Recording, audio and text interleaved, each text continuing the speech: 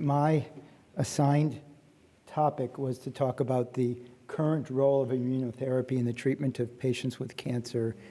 These are my conflicts of interest or disclosures. I consult for a lot of companies, and a lot of people might think that's a problem, but this is how companies make treatments and do studies that are useful to patients. They're talking to doctors who take care of patients every day.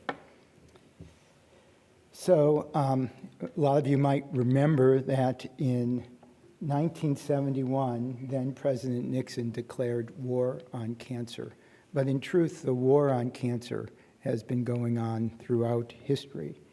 And this is a grave dug up of a medieval Saxon man with a large tumor in his femur, showing that cancer is not something just of the 20th or 21st century. But this war on cancer is not fought between the National Cancer Institute and tumors. It's not fought between medical oncologists or cancer centers and tumors. It's not even fought between patients and their families and tumors. The principal combatants in the war on cancer are actually the malignant cell population and the host immune system.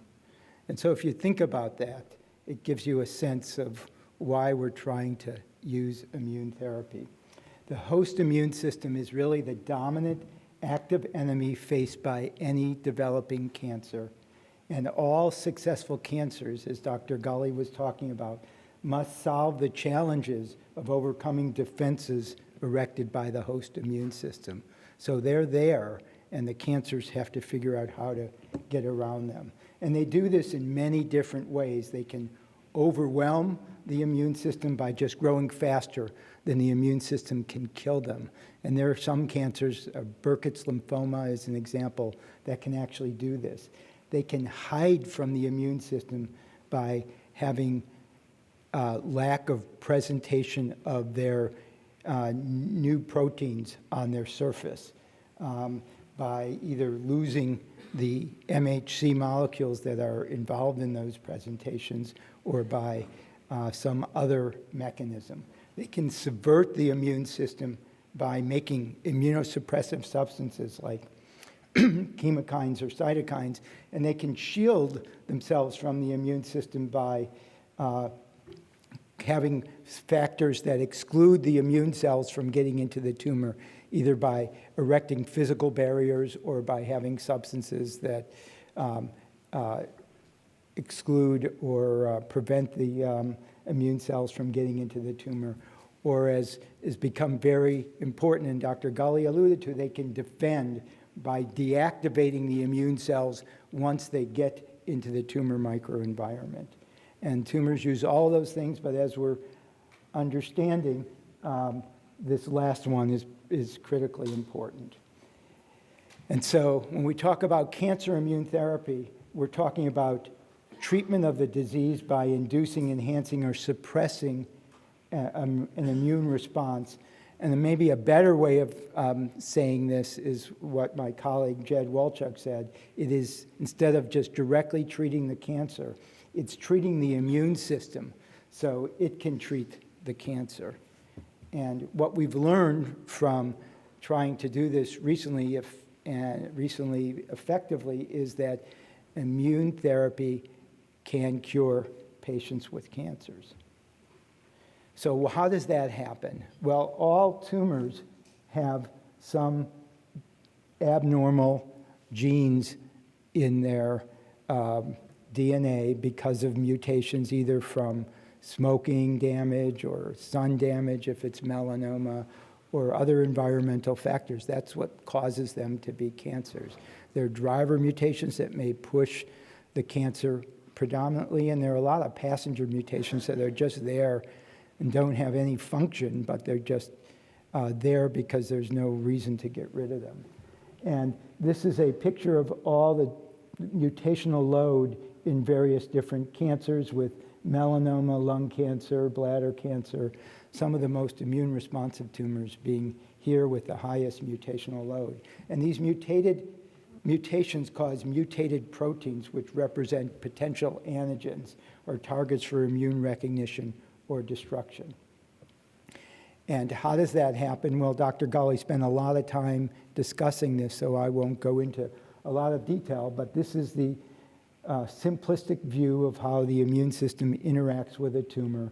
These tumors have mutations which lead to abnormal proteins which are secreted when a cancer cell dies, and their cancer cells are dying all the time, and these are picked up by these antigen-presenting cells or dendritic cells, processed into peptides and presented on the surface of these dendritic cells, which then travel to the lymph node, and in the lymph node they recognize T cells, or T cells recognize these proteins and through their T cell receptor and a co-stimulatory molecule that's very important on the T cell that binds to a co-stimulatory molecule on the antigen-presenting cell. And that causes these T cells to become activated.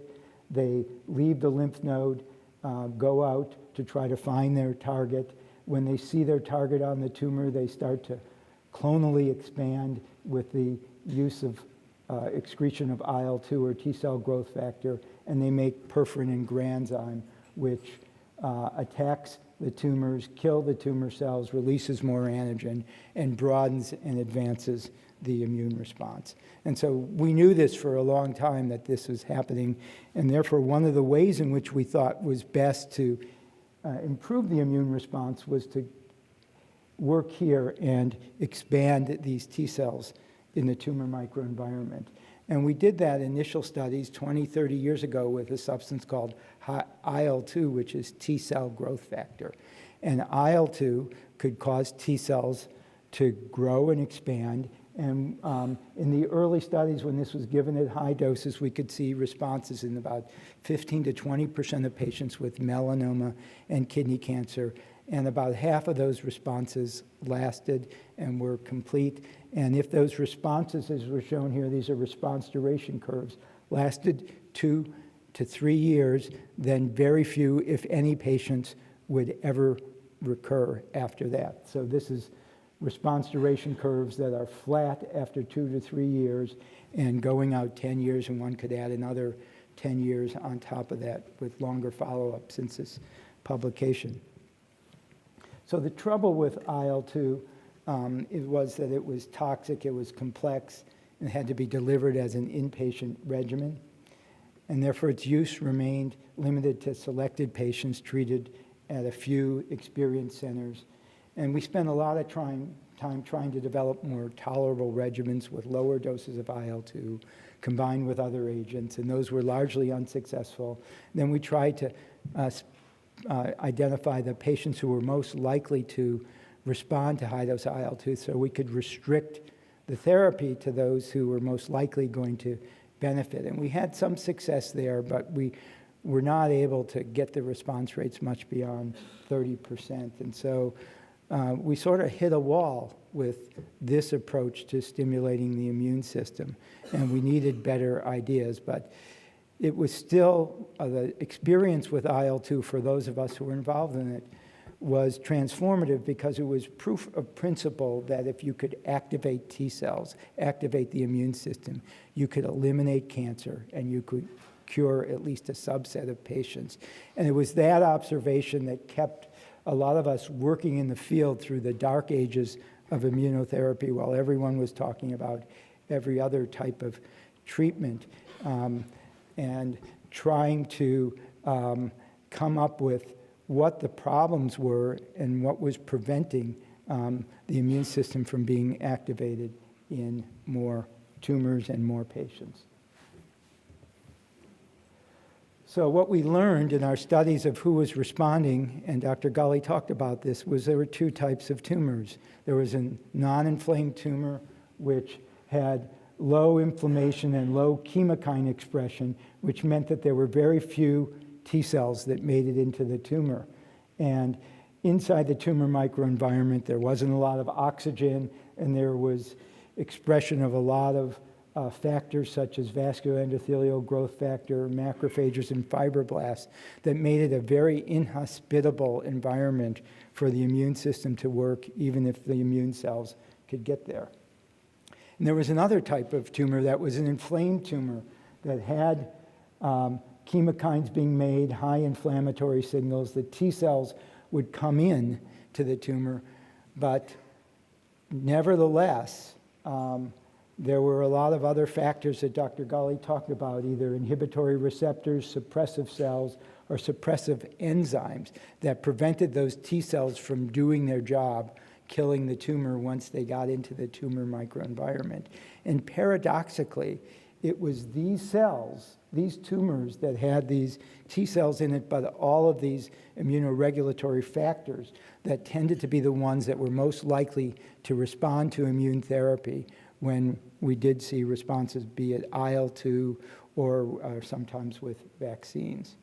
And so based on this, the doctors at the National Cancer Institute thought that if these T cells are here and they can potentially recognize the cancer, but they're being inhibited by the tumor microenvironment, maybe we should take these T cells out and grow them up in vitro, in a test tube, to large numbers, identify the ones that most recognize the tumor, get rid of all these immunosuppressive factors by giving high doses of chemotherapy, and then give these new immune system back that recognizes the tumor. So that's what's called TIL therapy.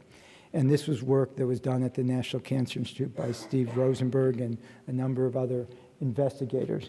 And when they did this, they found that you could take patients whose disease didn't respond to high-dose IL-2 and see complete responses with this approach, and that these responses tended to be durable, similar to the responses with high-dose IL-2. You can see these are survival curves, and they're very flat after the 3-year time point. So we wondered if those T cells recognize the tumor and they're there, is there some way we can activate those T cells in the tumor microenvironment without having to go through the trouble of taking them out, expanding them in the test tube, and giving high doses of chemotherapy to eliminate the patient's existing immune system and immunoregulatory factors. So that's where the key observation of these immune checkpoints comes in. Because what we learned is both at the priming phase, where the dendritic cells are presenting antigens to the immune system, and at the effector phase, there are inhibitors or brakes on the immune system to keep it from going haywire. At the priming phase, one of these is CTLA-4 binding to B7, the priming phase, and at the effector phase, it's PD-L1 binding to PD-1 on the T cells. And so we could give antibodies to block those interactions, and one of those antibodies is ipilimumab that you've heard about, another one, tremelimumab, that binds to CTLA-4 and prevents it from binding to B7, which keeps the T cells active at the priming phase and allows them to go find the tumor in expanded numbers. And so when we gave antibodies, CTLA-4, to patients with melanoma, as Dr. Gully showed you, we could see responses in about 10 to 20% of patients. And just like the responses to IL-2 and TIL, if the patient was alive at 3 years, they were likely cured. And that represented now 22% of all patients. But when you activated the immune system at the antigen-presenting phase, you were activating the immune system not just against the tumor, but a lot of other host substances. So this therapy was associated with a lot of immune-related toxicities against the colon, the skin, pituitary gland, and the liver. And we wanted to be able to activate the immune system directly in the tumor microenvironment because it could be more selective in doing that. So that's where these antibodies that bind either PD-1 or PD-L1 came in. And because of the power of that particular concept, a lot of companies saw this as the key to effective immune therapy and developed these antibodies, and there are now 6 or 7 of these antibodies that have been in clinical testing against a variety of different tumors, and they have had numbers, now they have generic names, and some of them are starting to have brand names. And I'm going to talk to you about the results of those studies with the PD-1 blockers, which is really the principal key that has revolutionized the way we're going to treat cancer going forward. So the first agent studied was nivolumab, and it was a phase 1 study in a variety of different cancers. And we saw responses in melanoma and kidney cancer, similar to what we had seen with IL-2 in about a third of patients. But what was really novel was that about 17% of patients with lung cancer, a disease which we never imagined would be responsive to immune therapy, about 17 to 20% of patients were exhibiting responses. And the responses that we were seeing here shown in melanoma were very durable. These are swimmer's plots, and each line here is a patient. Each arrow is an ongoing response. This is melanoma patients treated with an anti-PD-1 called pembrolizumab, and 88% of the responses were ongoing at the time that this data was presented, and about 40%, 30 to 40% of patients had responses. So this data led to the FDA approval of pembrolizumab just a little over a year ago for the treatment of patients with advanced melanoma, the first anti-PD-1 to be approved. The second anti-PD-1 to be approved was nivolumab, and this was in study in patients who had had prior ipilimumab and their disease hadn't responded. And it was a randomized study where patients in that setting were either randomized, either received nivolumab, anti-PD-1, or standard chemotherapy. And what was seen was that there was a much higher response rate, 32% for nivolumab versus 10% for chemotherapy, and there was longer duration of response. But 36 of 38 patients who were responding were continuing to respond as at the time when this data was presented. And this data led to the FDA approval of nivolumab in December of 2014 for the treatment of refractory lung cancer. And so what's happened is these agents have been tried in a lot of cancers, and right now, this is the list of cancers that these anti-PD-1s have activity in, 20 different cancers. There's never been a therapy in cancer that can be active in so many different cancers. And the ones in red here are the ones where there are already phase 3 trials that are going to lead to FDA approval. There have been 8 phase 3 trials done with these agents, and all 8 have been positive. Usually when we do phase 3 trials in oncology, maybe 1 in 5 is positive. And that's a justification for how expensive these therapies are. But with these immune therapies, when you're looking at overall survival as the endpoint, every trial so far has been positive compared to standard treatments. So I'm going to talk about a few of these examples here, including a couple that really highlight some important principles. But before I say that, there's... No. Matter of fact, they're not dose dependent. These are probably active over a 2 log dose.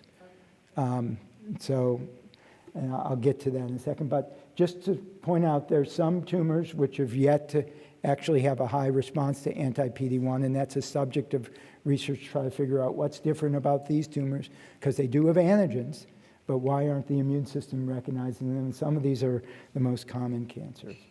So what is some of the data? This is data looking at nivolumab in 2 studies, patients who'd progressed with chemotherapy for either squamous cell or non-squamous cell lung cancer, comparing nivolumab versus Taxol chemotherapy. And in both studies, the nivolumab had longer survival than the standard chemotherapy, significantly longer survival, and you can see the start of tail on these curves, meaning that they're going to be long-term survivors for the first time ever with immune therapy in non-small cell lung cancer. So this data led to the approval of nivolumab in March of 2015 in second-line squamous cell lung cancer, and very recently, nivolumab was approved for non-squamous cell, non-small cell lung cancer as second-line therapy.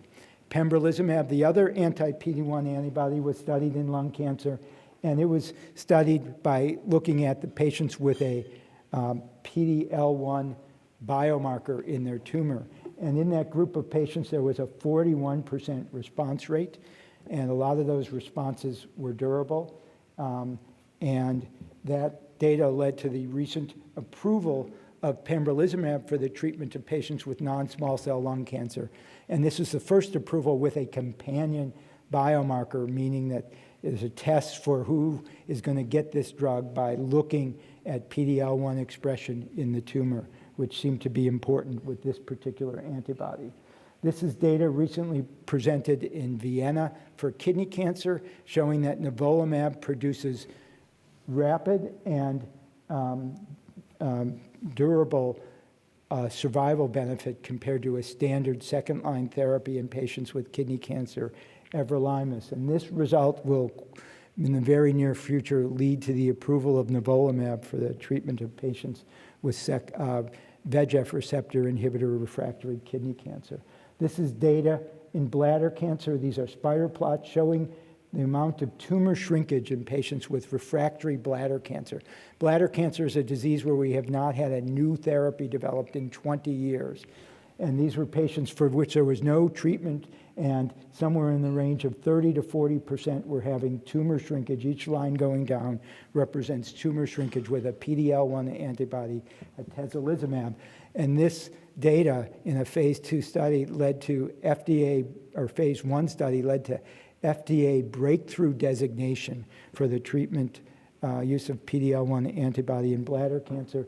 And just at the meeting in Vienna, there was updated data from a phase 2 study showing that somewhere around a third of patients with bladder cancer who have high PD-L1 expression will have responses, and that these responses can be very durable. Overall, about 43% of patients who had some degree of tumor shrinkage with PD-1, PD-L1 blockade.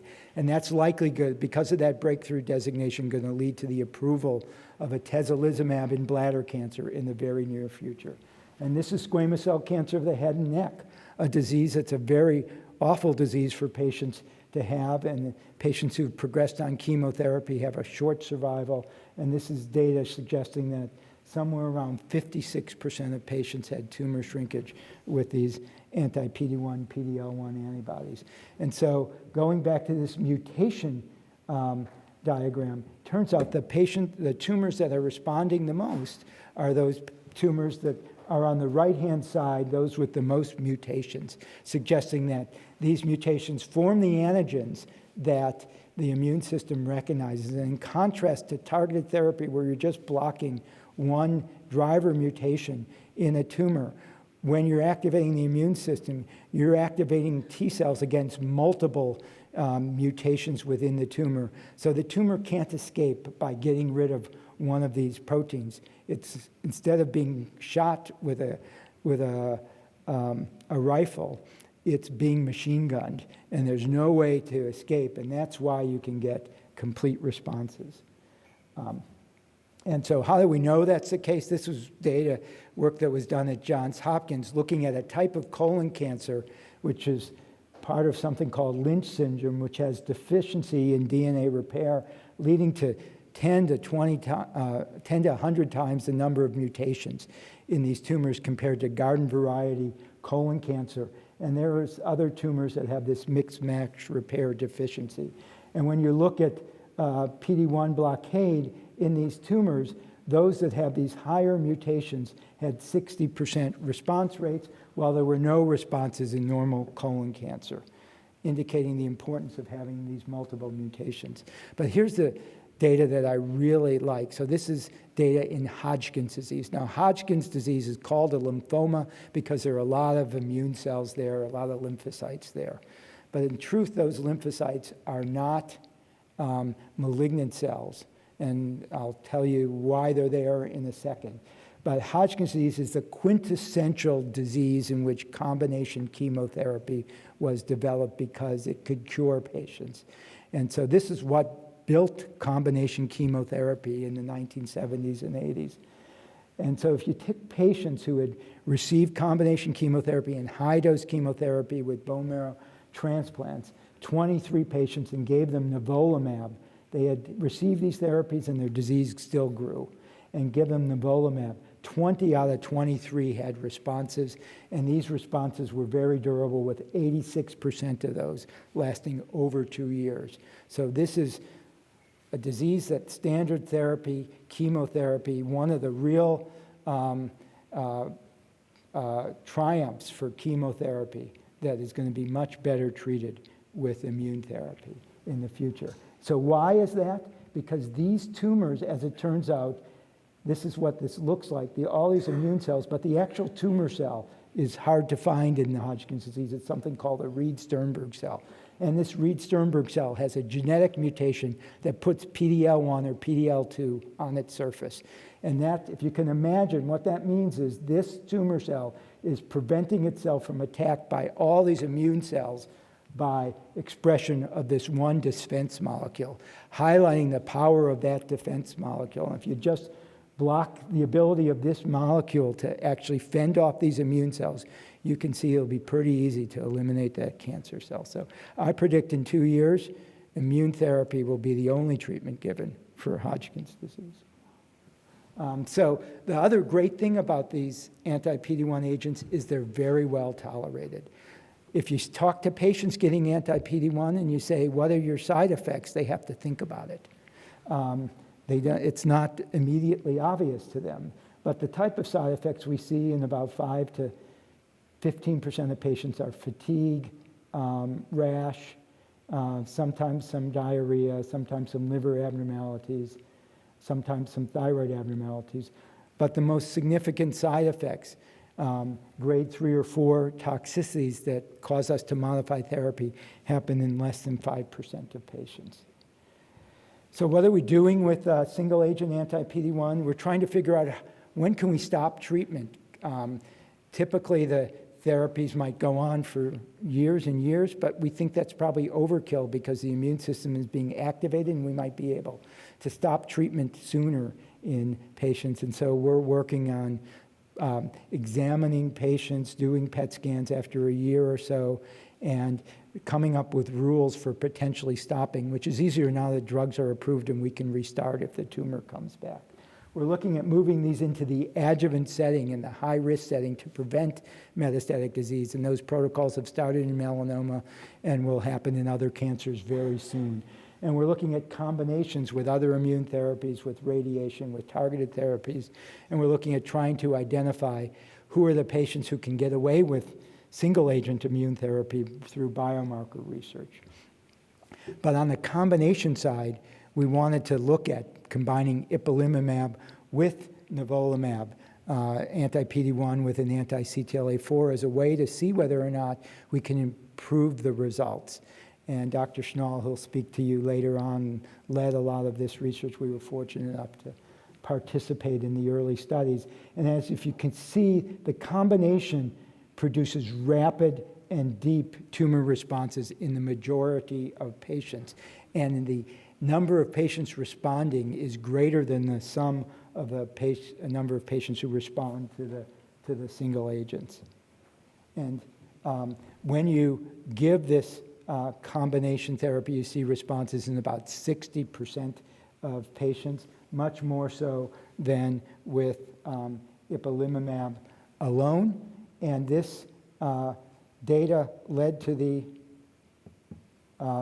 FDA approval of this combination in patients with BRAF wild-type melanoma just last month. And the great thing about this is that this combination probably leads to 2-year survivals of 70 to 80%. So melanoma, which was a disease that 5 years ago had a median survival of 6 to 9 months, now has no median survival, meaning that the majority of patients are likely to be cured, which is what Dr. Howard Kaufman was talking about as an introduction. It changes the character of what happens in our clinics for those of us who see melanoma. So one of the questions was, is this all happening because of the Nivo, or is the IPI adding anything to it? So if you look at this data from a phase 3 trial presented at ASCO, there are higher longer progression-free survival, higher response rates, more complete responses, more tumor shrinkage with the combination than with the single agent.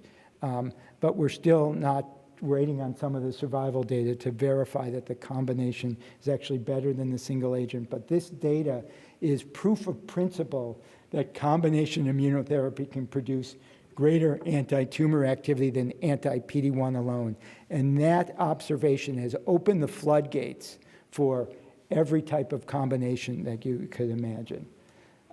So where are we going with this combination? So we're trying to figure out how to safely transition this regimen, which is fairly toxic, into the community. How do we develop a less toxic regimen by either giving less doses of ipilimumab, better toxicity management, or substituting something else for ipilimumab to bring the T cells into the tumor, and there are many options. We're trying to explore whether you could start with a single agent anti-PD-1 and rescue people who don't respond with the combination in a clinical trial. We're looking at sequencing the combination with standard therapies, and we're looking at the role in other cancers. And this is data in lung cancer that was presented at a national meeting just a month ago, which suggests that if you look at giving ipilimumab instead of every 3 weeks, but either every 6 weeks or every 12 weeks with full dose nivolumab, you can have a more tolerable regimen, and in lung cancer, higher responses with about 40% of patients responding. And similarly, in kidney cancer, where if you give a higher dose of nivolumab, lower dose of ipilimumab, the combination is much more tolerated, and you can see responses in about 40% of patients. And therefore, in both of these diseases, this combination is being explored in the front line versus standard therapy. So that's not where it stops, because there are multiple other molecules that are at the interface between the T cell and the tumor. And some of these are involved in stimulating the immune system, others involved in shutting off the immune system, and they can be targeted with antibodies that enhance the function of these stimulatory molecules or antibodies that block these inhibitors. And all of these different antibodies here are targeting different agents, and they're all being developed.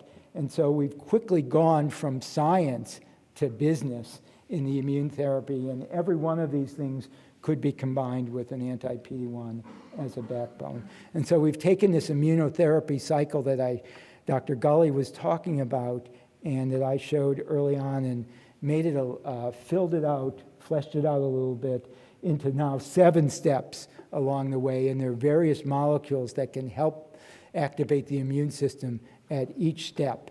And we're working on trying to determine which are the most important steps to block or stimulate in particular cancers in particular patients. And this sort of diagram highlights both the challenge and the opportunity that lays ahead of us over the next decade as we try to sort that out. So in closing, considerable research is still required to optimally apply novel immunotherapies.